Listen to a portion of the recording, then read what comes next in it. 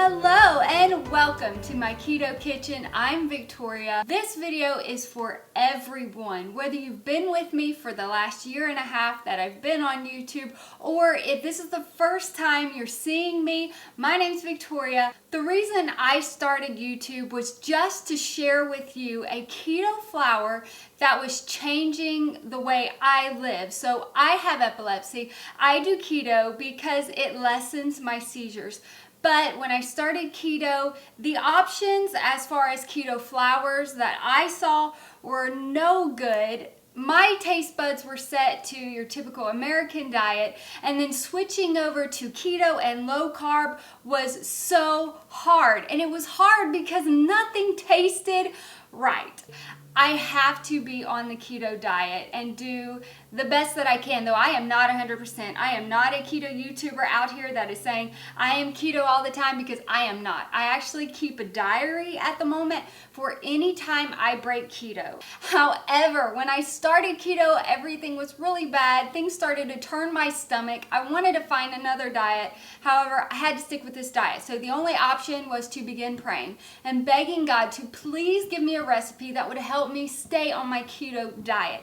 And he did. That first recipe was called my self-rising keto flour. After that, I came out with a cake and cookies keto flour. I came out with a perfected keto flour. I've come out with a new standard keto flour and Einkorn keto flour. So my YouTube experience here, it's just me. I'm just your typical American housewife.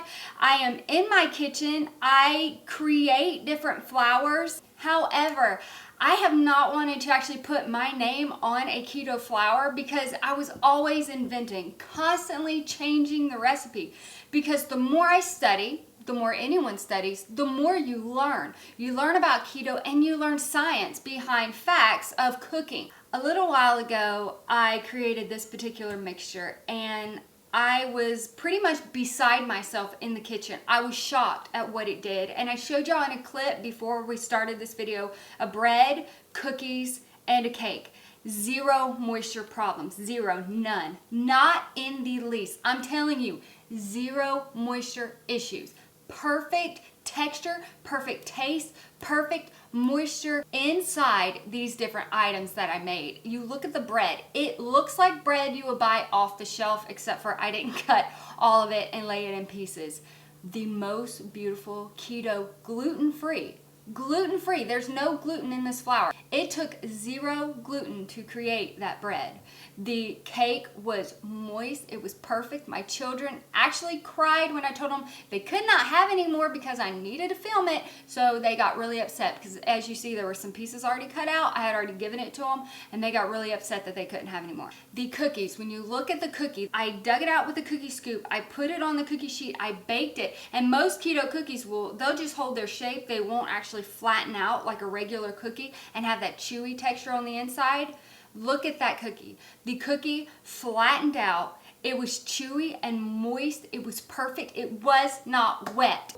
This flour is Victoria's keto flour. This flour, I am more than humbled and thankful to put my name on this flour. And those of you that have actually been following me, and those of you that are not new, if you've made my past flours, you should not have to buy anything. You should probably have all of these ingredients already in your pantry, okay? So please do not go away just because it's a new flour. I am not bringing you anything new to buy. So I want to share this with you. This is the future of Victoria's Keto Kitchen. Lord willing, this is going to be in a cookbook.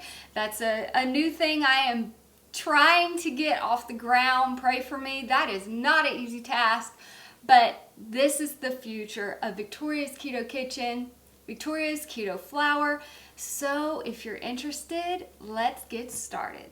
Now, just like every flour I've ever made, I tell everyone, use a gram scale. Do not go by cups. If you go by cups, it's not going to be right and it's going to fail. You need to know that. You have to have a gram scale, okay? It's called tearing the scale. I'm going to tear the scale, which simply means to clear it out. The next thing you need is a bowl.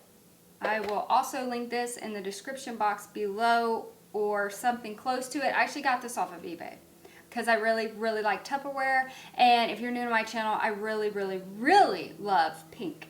So once again, I'm going to tare the scale, get it to 0. The first ingredient that I'm going to use is almond flour. However, if you don't like almond flour or you're almond sensitive, you can use the exact same amount of pecan flour or flaxseed.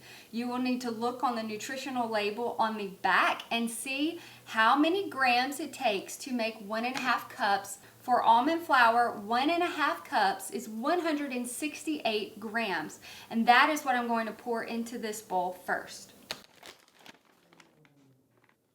Now, let's tare the scale again, and the next ingredient is going to be bamboo fiber. We need 3 cups of bamboo fiber, which using the Zimmerman's brand is 192 grams. If you cannot get a hold of bamboo fiber, you can use oat fiber. You will need 3 cups of oat fiber. Once again, you'll need to look on the nutritional label on the back of your oat fiber and see how many grams it takes to make 3 cups. So for bamboo fiber, 192 grams is what I'm going to pour in here next. And if you're new to bamboo fiber, it puts a cloud of dust in the air. It is so very light and fine. Once again, tare your scale. The third ingredient that I am going to use is egg white protein powder. No, there is not a substitute for egg white protein powder in my flour mixes. Some like to use whey. One person tried to use pea protein powder. That's not going to work, okay? It's not. It is not near as strong as egg white protein powder. And of the egg white protein powder, we need 1 cup. 1 cup for this brand is 80 grams. Once again, tare the scale. Now, the remaining 2 ingredients are the binders. The first binder that I'm going to use is xanthan gum. Of the xanthan gum, we need 10 grams, which is about 1 tablespoon. Now, I'm going to tare the scale again. Last, but most certainly not least, is psyllium husk. This, along with some changes in amounts and percentages of these other ingredients, this was what changed my keto world of keto flours. Psyllium husk. There is a step in the process of using psyllium husk. What you cannot use is powdered psyllium husk. Do not go there. That will destroy the recipe. What you have to use is whole psyllium husk. However, you have to put it in a coffee grinder, maybe a Vitamix, something like that. You need to ground the psyllium husk half of its volume. So right here, I've already ground it. I use a KitchenAid coffee grinder. I pour the whole psyllium husk powder into the coffee grinder. I grind it until it is half its size in volume, and then I weigh it. 20 grams is exactly what you need for this recipe. So I've already torn my scale. I am going to pour this in at 20 grams. And from here, I just put the lid on it and I shake it for about 3 days. Not really, not 3 days. I just shake it a lot. Please no, I'm just kidding. No one think you have to shake this thing for 3 days. But every time I get it out to use it, I shake it again. Tap it on the counter before you open it. When you look at it, if you're seeing too much white, then you're still not mixed together. But I shake it before I use my whisk, or else everything's gonna go everywhere. So once you shake it first, it's a little more contained in the bowl and a lot less powdery. But I'm going to bring you close because I want you to see how beautiful this flour is.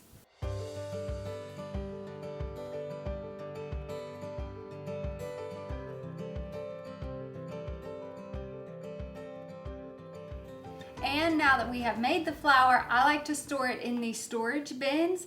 I usually make 2 of these, sometimes 3, to fill this up, because usually when I'm making it, I'm actually going to use some of it, and then I just fill this up, and I'll probably do it 2 or 3 times until this is completely packed. As you see, one batch will go about this far, but this is a really big container.